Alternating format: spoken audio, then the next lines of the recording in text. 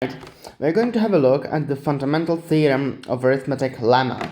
It is a little magic tool that we'll use later when we prove the fundamental theorem of arithmetic in the next video.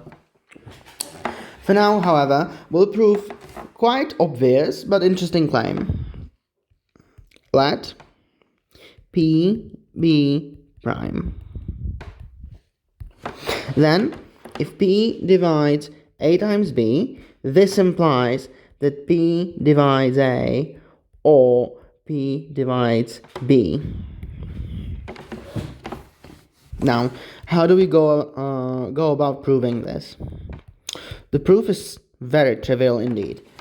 So, suppose P divides both A and B, then the claim holds, quite obviously. Suppose then P does not divide A. That is to say, the greatest common divisor of P and A is 1. Well, if we write this out using the Bezout coefficients, we get that 1 is equal to U times P plus some V times A. We are only dealing with integers here.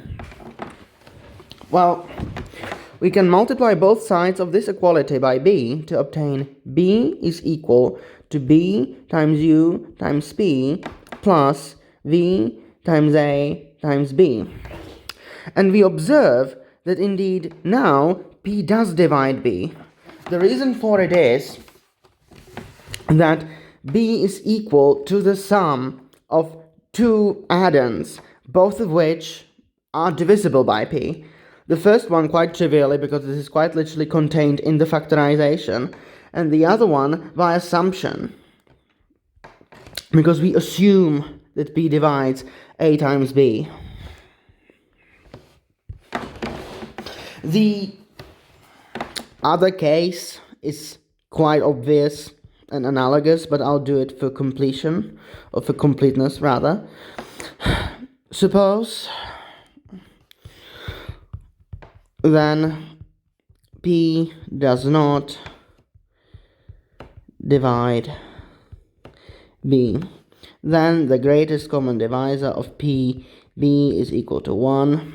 Again, using the Bezout coefficients, some U prime times P plus V prime times A.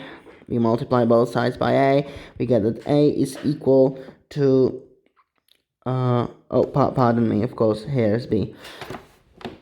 U prime times P times A plus V prime times A times B. And this is the same situation. P obviously divides A because A is the sum of two addends, both of which are divisible by P for the same reasons as was this case. This completes the proof then. Quite trivial.